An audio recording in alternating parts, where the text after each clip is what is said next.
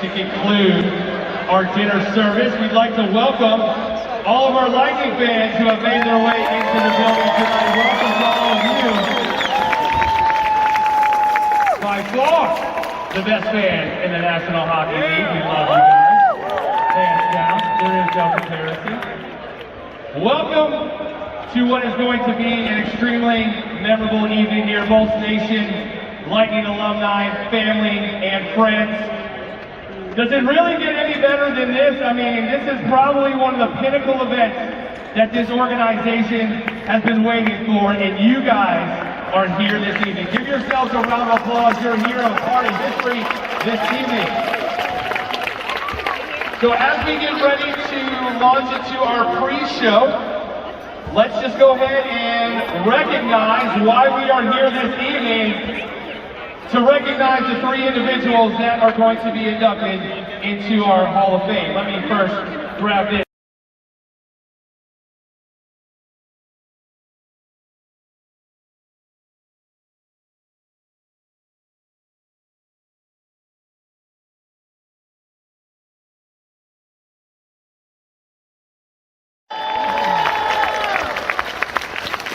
Another favorite 2004 Stanley Cup champ, Freddie Modine, is here.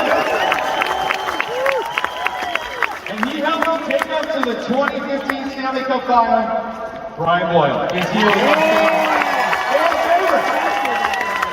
Brad, first, how much fun has it been reuniting with some of the guys here this weekend? It's been great, it's just to be back and, go to Topgolf yesterday, and, I probably, if looking at long drives against these two guys, I think I could out-drive both Brady and Boise here.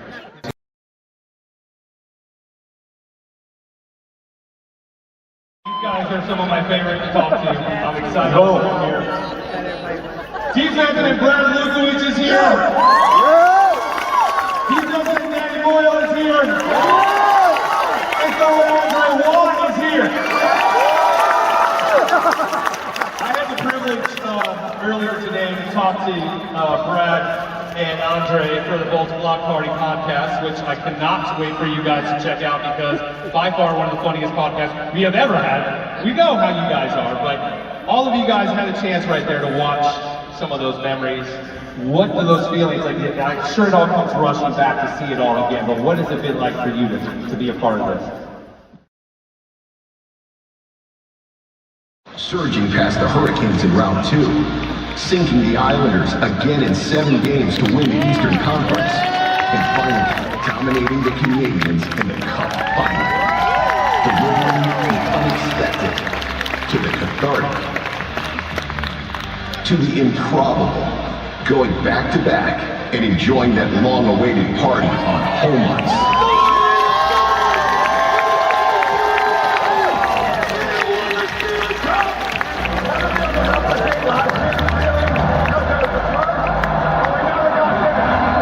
Another cup, another parade.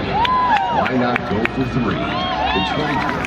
Who helped us the last 12 years in an amazing ride? Forward Teddy Purcell is here. Forward Ryan Callahan is here. And goalkeeper Benny Bishop is here.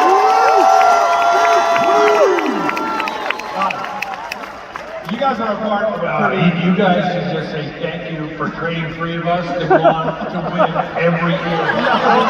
Okay, that was the longest video if you weren't a part of it. So you guys, Gold Station, you are welcome.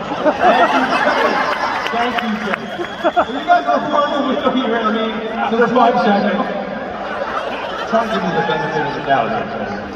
I mean, 9 playoff appearances in 10 seasons. Obviously, you've got a lot of great memories here with a lot of these guys. What do you, what's the emotions right now for you here tonight? Jealousy. I know. Just a little. But I'm happy for all my good friends. Mr. Vinnick for bringing us all back. Very sweet of you for all of us to get together and hang out. Also, 2011, I was only making $750 grand, I think. Vinny was the first guy to make 10. I think I played better during those playoffs. Okay. That was my guy. I mean, Nobody said we couldn't church tonight. I mean, you're never in. Ryan, having a great time here this weekend. It's great to see you. Fan favorite as well. We love everything that you guys do. We still miss you. It's great to see the success on that ESPN, but what's this weekend been like for you? It's awesome. Just being back in the city, how it's changed in the 3 years I've not been here. It's crazy, but it's awesome just being with these guys that I played with, seeing guys that Stammer and Heady, Killer, the guys that are here tonight. You know, watching that video, I couldn't be more proud of that team. Obviously, I left. They figured out the problem. I left, and then they won. Me and Teddy are going to go cry together after this. But no, watching that, I mean, I love those guys. We went to battle every night to see them win back-to-back Stanley Cups, and I knew what it meant to these fans. It's awesome to see them. This is my time away from home to stand by. I love it here. Penny Bishop, fan favorite. These sleeves was probably one of the coolest shirts we ever did here. I think they will attest to that as well. But it's awesome to see you back here in the building. What has it meant to you to be here this weekend? Oh, it's been great. It's always fun coming back here. And then when you get together with these guys, it's just laughing 24/7. So it's fun to be back and see these guys. See Marty, Vinny, Espo. You guys are so deserving of this, and just nice to be part of it. And once again, Mark Diamond, we really got to get this show going. Teddy Cruz, the right guy, and Penny Bishop.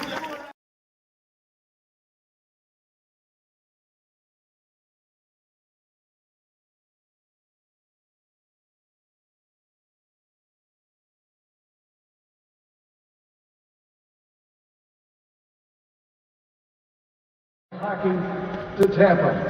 To do the honors, would you please welcome a gentleman who was right there by his side the entire way. Here is Henry Holt.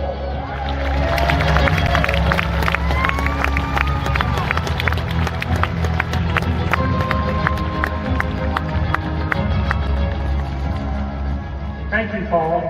Thank you, everyone, for being here. It is my great honor and privilege to introduce my friend and partner, Phil Esposito, as the first member of the Tampa Bay Lightning Hall of Fame. Thank you, Phil, for bringing hockey to Tampa Bay.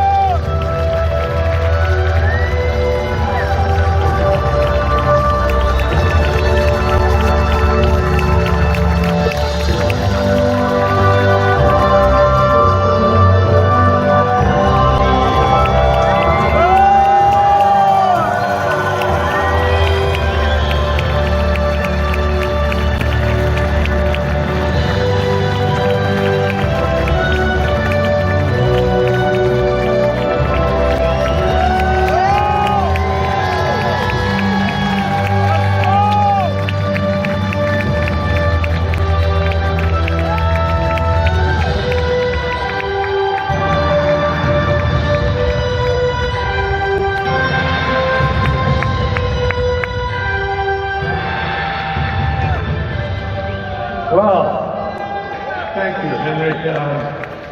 Pretty sharp and tight, huh?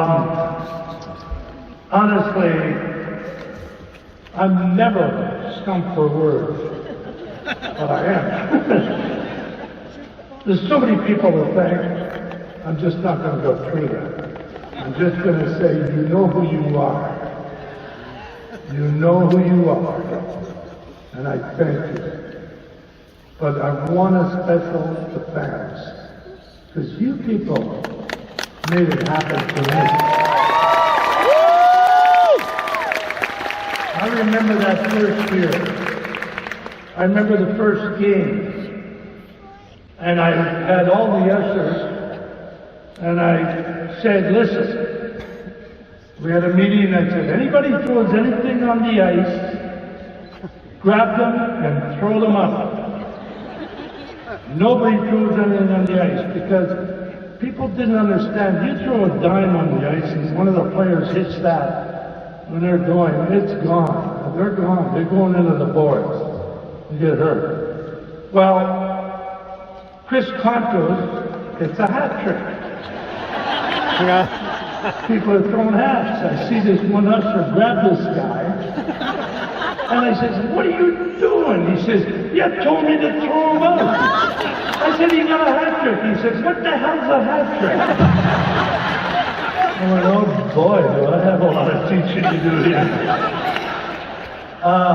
And that first game was really something. Now look, I was a player. I was a hockey player. I loved it. I still do. If I could play tomorrow, I'd go out there tomorrow. Funny thing, when I asked Wayne Gretzky that, Wayne said, nah, I wouldn't want to play anymore. I would play tomorrow if I could. And I love it. God gave me talent to play. I exploited that talent. I don't think he gave me the talent to do what I did and to believe that I could get it done. There were a lot of people that believed with me and convinced them to believe. There's no doubt about that. But I knew one thing. When I got fired by the New York Rangers, I had 4 years left on a contract. Typical New York, they give you an extension and then they fire you. Anyway, I knew that I wouldn't be able to get a job in New York to sustain the type of lifestyle that I had. I didn't know what to do now. I was on the marketing committee of NHL as a player and as a general manager. I knew they wanted to expand. I had the plan of 6th expansion. And I knew they wanted to expand. And I wanted to go to Florida. I mean, I wanted to move to Florida from the very beginning of my retirement when I finished playing hockey. I got into broadcasting in New York and it was fine.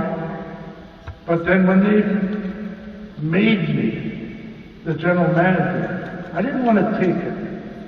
I didn't want any part of that. But they made me an offer I couldn't refuse. They said, you either take the job or you don't work for Madison Square Garden. Done. I took the job. Anyway, I decided that I was going to go for it. Along the way was so many hurdles, so many that we overcame. I had a lot of people helping me, no doubt about it. Henry Paul was number one.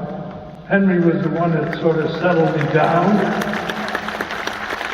Whenever we had a bad day, Henry would take it easy, Phil. He had that manner, and no offense to the attorneys in here, but Henry was the only attorney I ever liked. And I just thought that we could get it done. I really did. And people don't understand that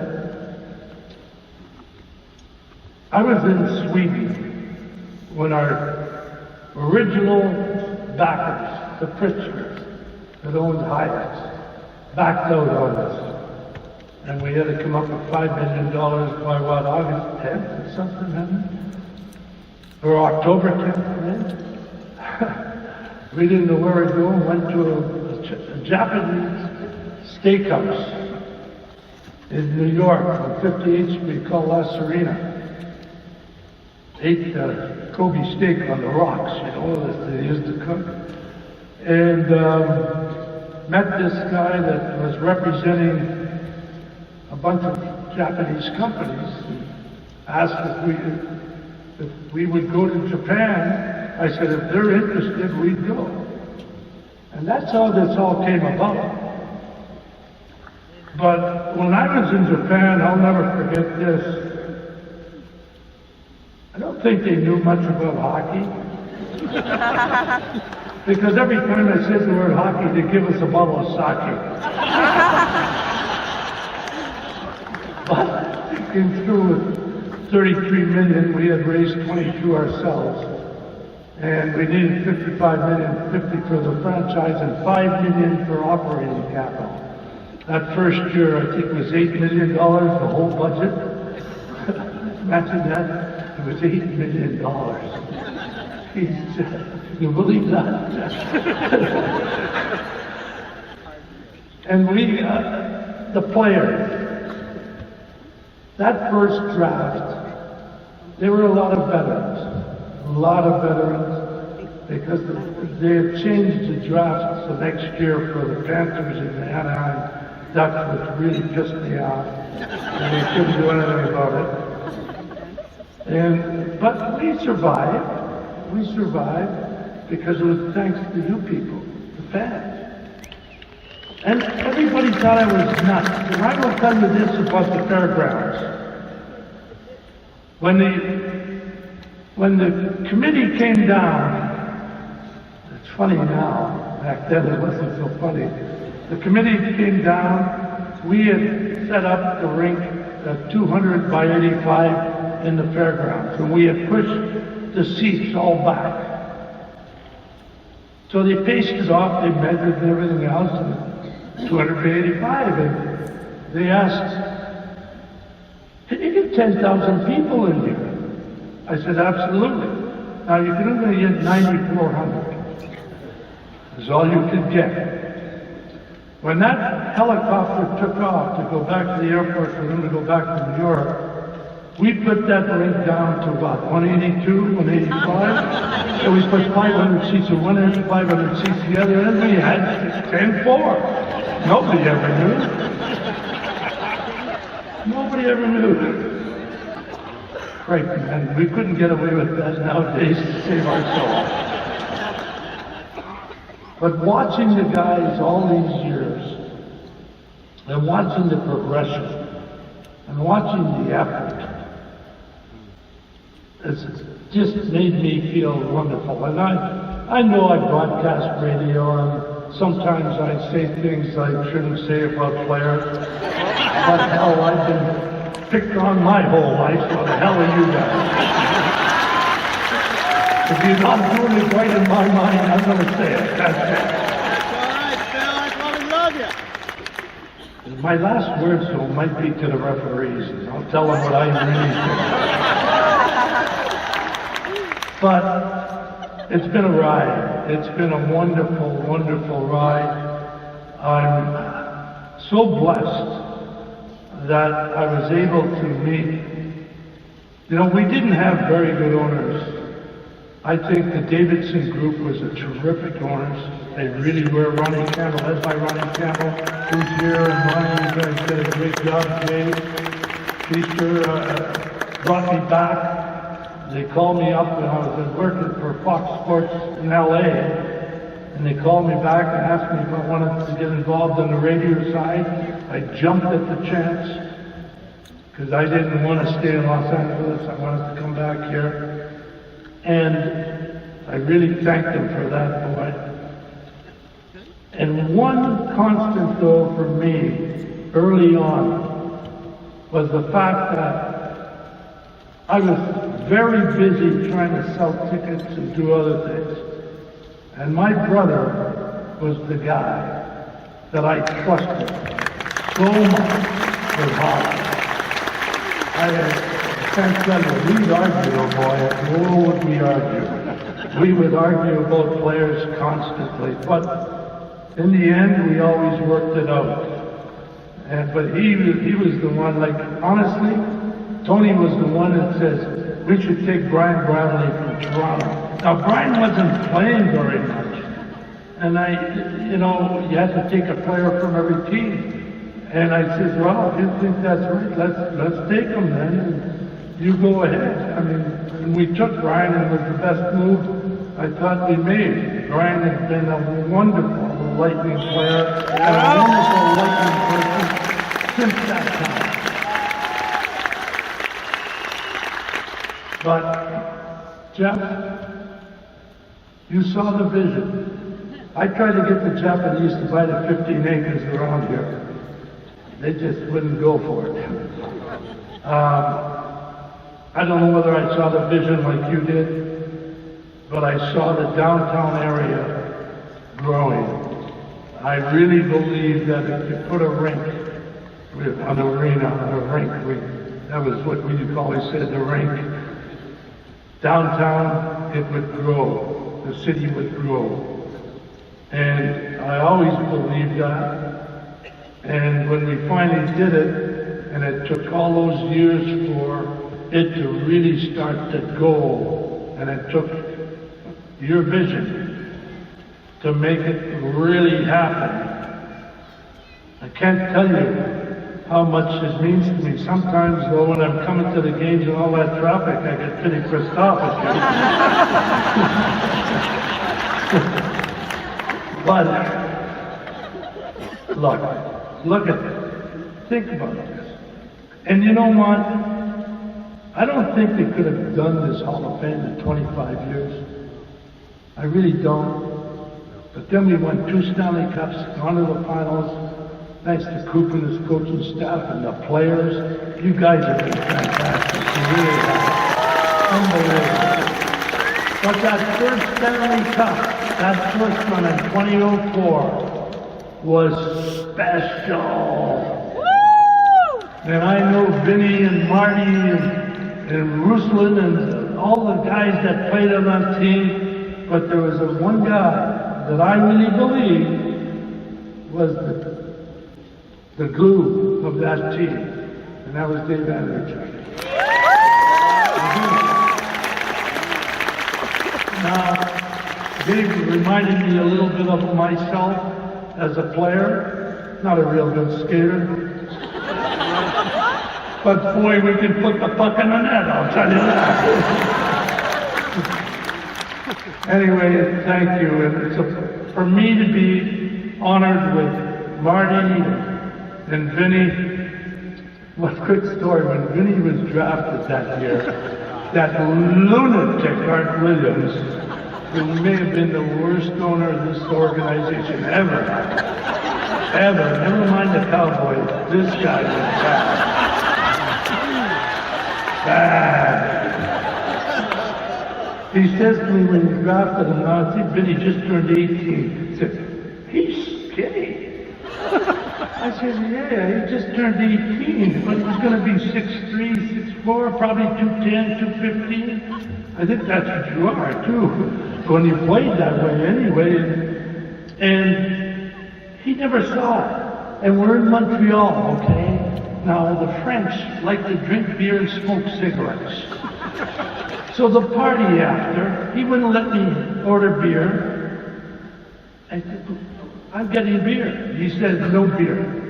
I said, I'm getting beer. So I paid for it myself. I got the beer, made sure there was last sprays all around. Vinny will test to that. And he was so angry, he didn't even come. He showed up and then he got out. He left, and then I knew that was the end for me. It was just a matter of time. And the minute we got Vinny LeCavalier signed, 2 days later, Tony and I got fired. And it was the end, and I knew that. It was coming. We had seen it. In fact, I was offered the job at ESPN and turned it down to stay. But I'm sure glad I did. And I'm sure glad I'm back, and I never ever want to leave this place. Thank you all very, very much. I love you all. Thank you.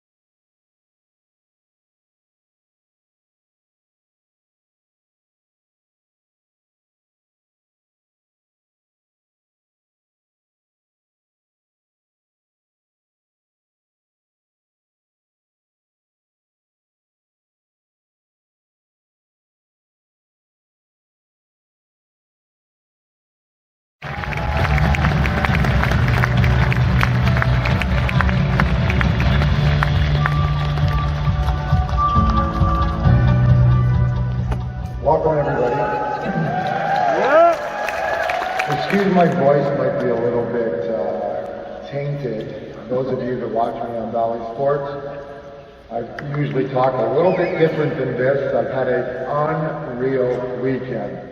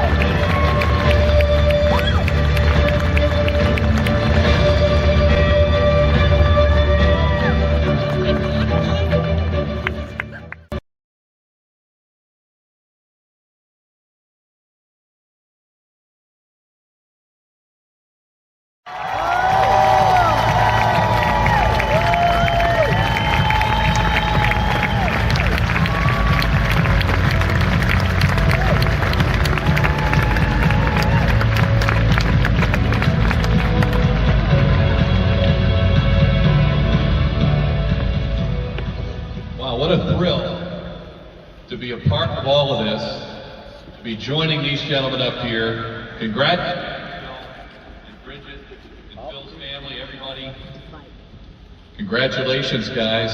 So well deserved, and it's so much fun to be with you guys here today. Well, as Paul said, you've already given a speech when your numbers were raised to the rafters, so let's take it a little different tact here. And Vinny, we'll start with you. Just what this means to you, this honor. It means a lot, obviously. You know, being here in 1998 when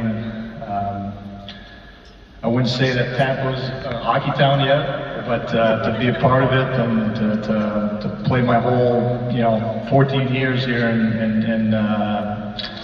in Tampa was pretty incredible. Going through so much, different players and guys that had so much impact on my career. So to have this honor, and it means a lot. Marty, your thoughts?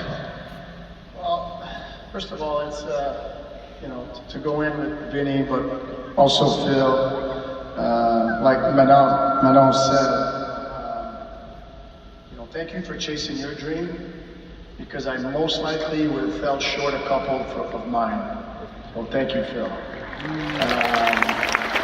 But obviously to be recognized for this honor, it's very flattering. But what I love the most about it is the next group that's going to go in, and some guys that maybe don't get the league recognition, but they've been such warriors, bled and sweat for this franchise, and to have the opportunity to be recognized, I can't wait to come back for those nights.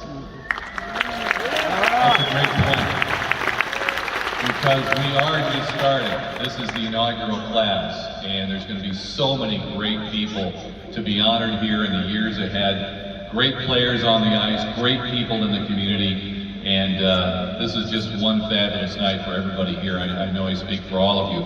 But in terms of, let's go back to the beginning in terms of your career and how things started. Marty, was there a turning point when you came to Tampa, or a point where you certainly never had the unwavering belief in yourself and your abilities, but where it registered that, hey, this is going to work out. I'm going to make it, and I can be an impact player in the NHL? I don't know if there was an exact moment, but I know, for me, my first year, I was just trying to convince everybody that I could play. I tried to convince my coaches, but I think more importantly is I was trying to convince my teammates, and especially the guys who were getting a lot of ice time. I wanted them to think that they needed me on their line, so I was trying to convince them. And obviously, when it happened slowly, but once I did, I never looked back, and was fortunate to play with great players. You know, Vinny obviously was, it's funny because my childhood friend, Eric Perrin, who's played with us in Tampa, won the cup with me here, it was unbelievable, right? But when Vinny was the closest of a center style of play that I had since I had left my center, because I played with him for 13 years growing up. And once I started playing with Vinny, I was used to that game. It was fast, it was give and go, and it was so fun. But, you know, I would have never reached excellence without him wanting to reach excellence, because you can't do it by yourself in the sleeves.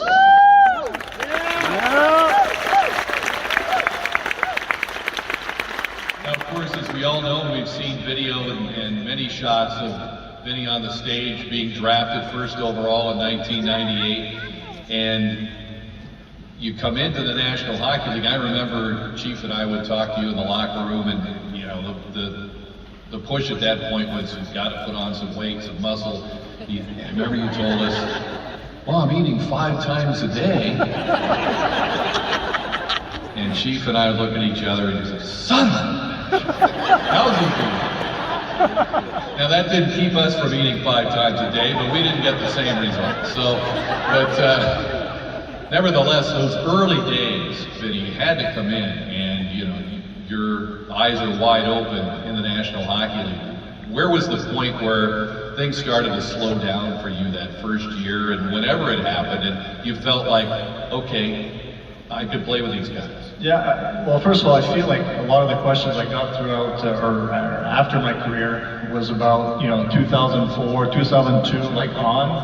But I feel that first year, I was really lucky to come here and have some great veterans to kind of show me the way. Like I see captain like Rob Zander, Enrico Ciccone, you know, all these guys that are they're here and they want to help that young kid become, you know, just a better player, better, I shouldn't say leader at 18, but just kind of just showing you the way. So, so I was lucky to have those guys. And, but of course, when Marty came and Brad, Dave, that 2004 group, I feel that all our game really took a turn, and we got better as a team. We're better teammates, and we're searching for that. You know, our only goal is to win the Stanley Cup. Well, so we just kept battling and kept getting better as a team and as players. So then we got better after that.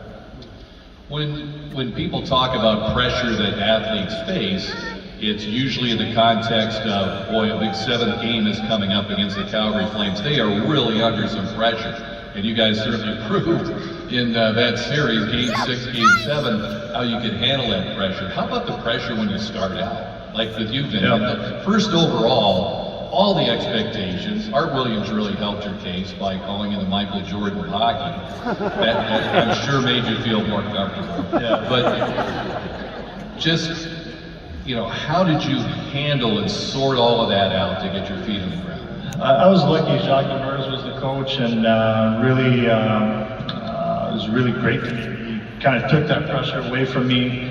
He, like I said before, like great veterans around me. I feel like I was 18, I was hanging around with 30 and 35-year-olds, and they just wanted me to do well. So I had a big help from those guys, but I don't know, I think the organization did a great job for me to feel comfortable and kind of grow as an 18-year-old.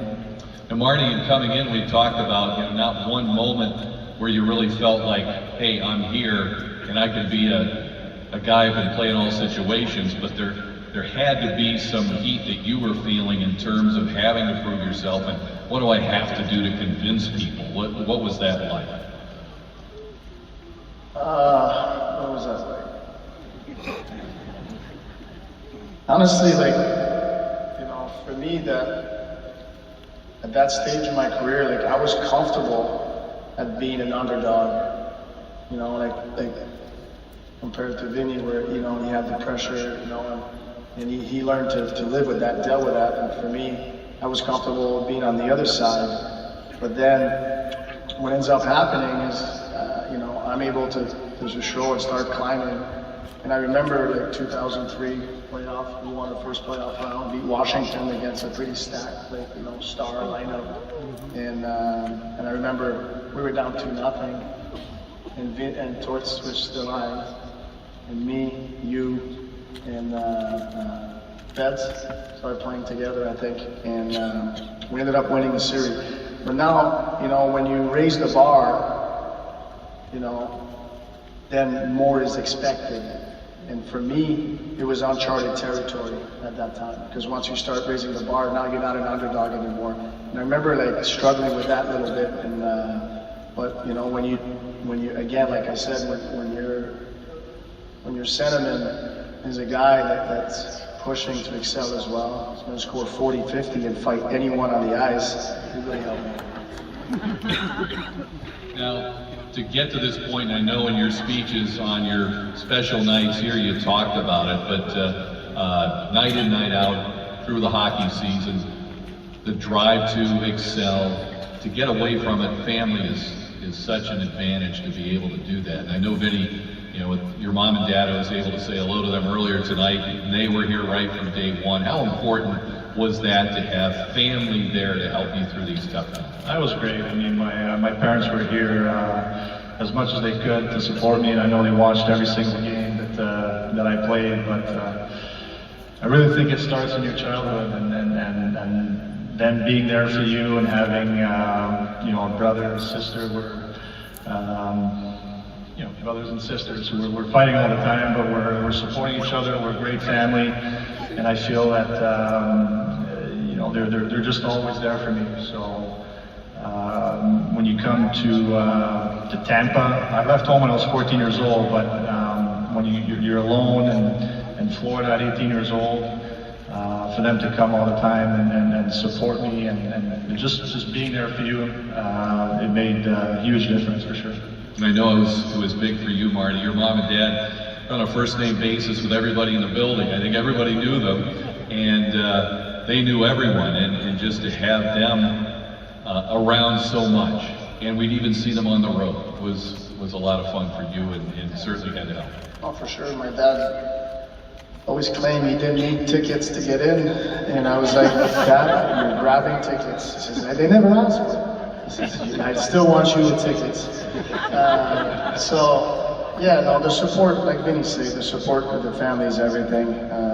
I was, you know, blessed with great parents, you know, and very supportive and not, I guess, demanding in the right areas, but always instilled confidence. And there was never, if there's anything that my parents taught me, is that there's never any problems. There's always answers. They're everywhere, you know, and I feel like I owe that to them. That's certainly the way you've played and the way you're coaching right now with the Canadiens. We'll get to that in a moment, but Vinny, you have made this your home base, as you said in your comments. Right from day one, you've spent so much time here over the years, even after you've been done playing. Do you ever reflect on what Tampa was like when you first came here, and what it is now in terms of a hockey market, in terms of a city, and all it offers? Yeah, I really feel that I mean, I saw the biggest difference in the world. I mean, from coming here in '98, and I feel like we lose like 3-4 in a row, and all of a sudden there's 7,000 or 8,000 people, you know, there's really nobody coming to watch us, to, you know, winning the Stanley Cup. You can see the fan base kind of building.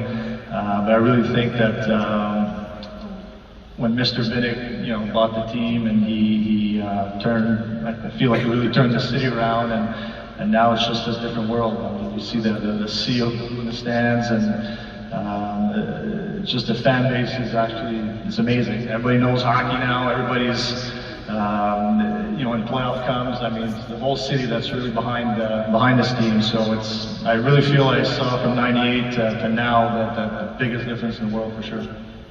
Put you guys in the spot just a little bit here. We know the championship and the winning goals and so forth, but Marty, in terms of your personal favorite, couple of events that happened in your career here with the Lightning, maybe that aren't obvious. Are there any that jump out at your favorite memories you have? Well, not counting the cup in 04. Well, you can include that or something related to that. How about that? Yeah, that's a that we didn't all see. Didn't all see? That's a tough one. I mean, a lot of great sewer soccer game before the games back there that I was pretty good at. Yeah. But one of my favorite memory, I guess, that was it's not the 04 Cup, would be the night that they celebrated my 1000th game. I scored 2, one quick one, and I had gone to bed pretty late the night before, and I almost got 3. Teddy, I know you tried to pass it, but I guess that was a special night for me. Vinny, anything beyond the obvious? No, for me, I think my whole first year, I feel like I was kind of in a dream, right? So every time I go play somewhere, I'd go to Detroit. That was my favorite team growing up. And, it's kind of a dream come true every single place I go to. So I feel like my first year was just absolutely amazing. So, obviously the Cup in 2004, my 1000th game, but my first year as an 18-year-old was just amazing. Now, of course, Marty coaching the Canadians, Vinny is scouting for the Canadians, and their good friend and your agent Ken Hughes, the general manager, really working hard to get that team back to the glory it enjoyed before. And Vinny, in your role, you watch a lot of top prospects, maybe in person, maybe on video, but in keeping an eye on those young players, do you see yourself in any aspects of maybe how they approach certain things and say, well, that's kind of how I looked at it at that point? To be honest, when I first started last year and I started watching video, I fell in love with it, but it was so hard. You gotta I couldn't go back to when I was 18 years old, but it's so hard to compare one guy to another, but the more and more that you watch and the more you learn, and I feel that, the determination in a player, or, how smart he is, little plays that he's making, you start learning about, good traits on different players, and you start ranking them. So I like I worked on the draft quite a bit last year, and I love doing that, and obviously this year, so it's definitely, it was a learning process, but I'm very passionate about it, and obviously I want to help Marty. Can I comment on that? Yes, by all means. Because me and Vinny are sitting at the draft table last year. We're sitting next to each other, and I'm not really involved with the top prospects, but I was so impressed how ready that guy was, because when they announced any picks, he knew exactly the player, and he would say, "Oh, terrible pick. Oh, that's a great pick. That's a terrible pick. Oh, that's a great pick." So he did his homework. I was pretty impressed. Well, Marty, from your standpoint as a coach, I was reading an article recently that the writer talked to a bunch of your players.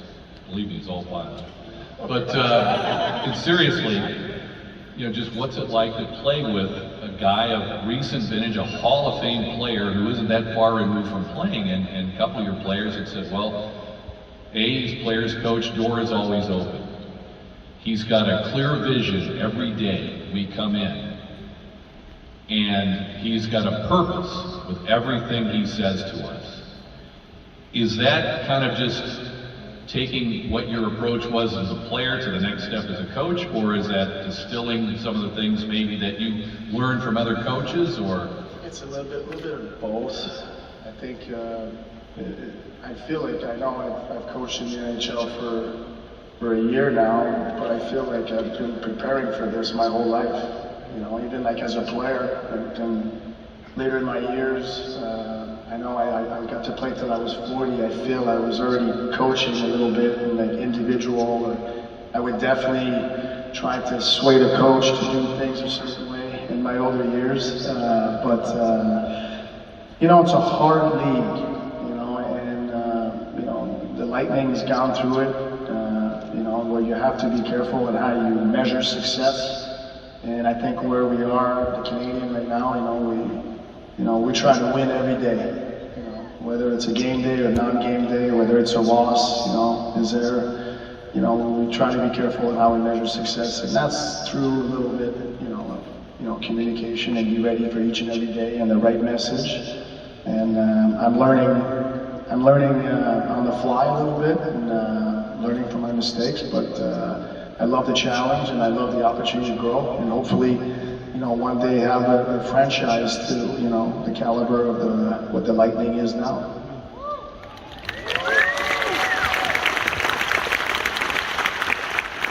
One final thing for both you guys, I had seen the list of guys who were going to be here, and I haven't had a chance to say hello to everybody, but this just must be. I mean, you guys span more than one era in the greatness that you've given this organization and these great fans. To be able to see all of these guys from the different eras, what's it feel to be in this situation again? I mean, some of these guys you probably haven't seen all that much. Yeah, definitely. There's some guys I haven't seen in 20 years, and you know, guys I saw in training camp last time, my first training camp. So it's great to see everybody. I mean, to reunite, you know, the band and 2004, but also the guys that I started with in '98 and guys I haven't played with. I just see around. So you know, it's something you probably want to do every year that we know it's not going to happen, but it's amazing to see him here and spend time with him for sure. Marty, first time we've done this to get so many alumni here to celebrate with you guys must be a big thrill. Well, I think the best thing about playing hockey is you're on a team. And that's a good thing to be, is when you have teammates. And I know I play with many guys that are here, but I also didn't play with some of the older guys or some of the guys that played here when I wasn't here, and I'm sure I would have loved being your teammates too. And when you come back in this kind of event and you get surrounded by ex-teammates and stuff, it just makes you realize why you played the sport for so long. And you know, it's the people that you do it with that are the most important, not necessarily the game. Hopefully you find some success along the way. But gosh, we can be 2-3 years without seeing each other, and then it's just like, we just talked or spent time yesterday. It's just the best thing about the sport. Thank you. Mr. Vinik, thank you. Honestly, your generosity, your vision, off the chart. Congrats. Yes. Two great champions, two great Hall of Fame talent, two great Hall of Fame people. Marty St. Louis, Vinny LeCavalier, along with Bill, the class of the Lightning Hall of Fame. Thank you. Thank you very much. Before we turn things back, I'm going to turn it back to the guy who